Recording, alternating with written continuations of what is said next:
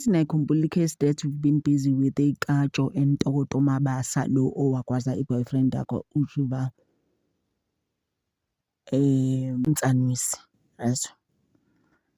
Hayi usisi ke uthole i-bail. She got bail because she's citing the fact that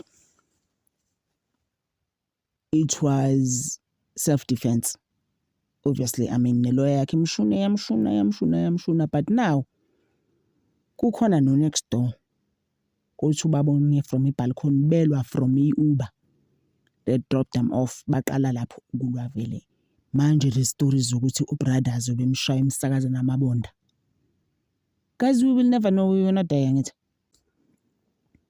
Imsakazo namabonda ukuthi balwelani, they are blaming each other of cheating. Omunye uthi wena usifebe, omunye uthi wena kahlehle isifebe esikhulu.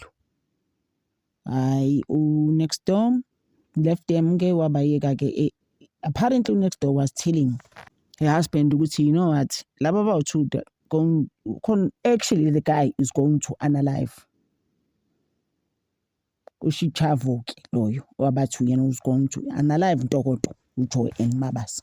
Uthi hayi, then she went there to the house. When she got to the house uyanokha bayithi nanguselele phansi uMr Ntswaniswa sebemgwazile ugwazi uNtokoto.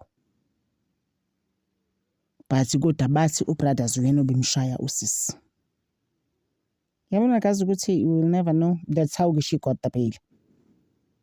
So ifamily ke besithi ke asinawo thina u10,000 rands lo funakala webail sina 1,000. So she's still in custody because of that. She's going to remain in custody asazi ukuthi until kuze kurazwe u9,000 lo ushodayo. In her affidavit, she stated, ngoba bathe uyi-flight risk we. What, I'm not a flight risk. Gizoza every time. I need to have to go to the police station once a week to report with Nangmina. I'm here. Ngisakhona. I haven't really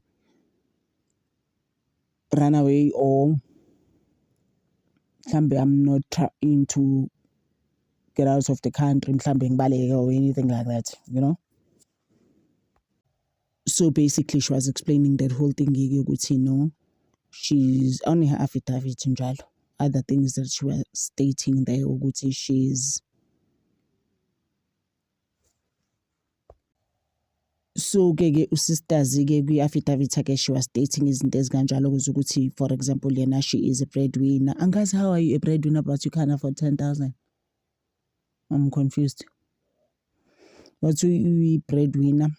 Ngoba bethe uyi-YouTuber sisters, but I tried to find it on YouTube. I can't. The only thing that I saw was the TikTok la athi khona uzokwazi umuntu nangempela wamgwaza. Wayigwaza kwangempela boyfriend yakhe. She is still at school ngathi wenza i-law e-3rd year. Yabona. Hey guys, yabona lento yale relationship.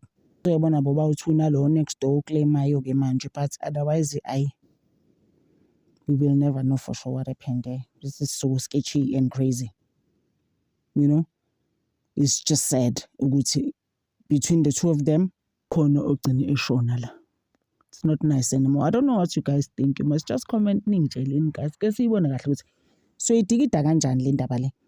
Ngoba uNtokoto, that's how she got bail. Thank you so much guys for always supporting this channel. Ngithanda over.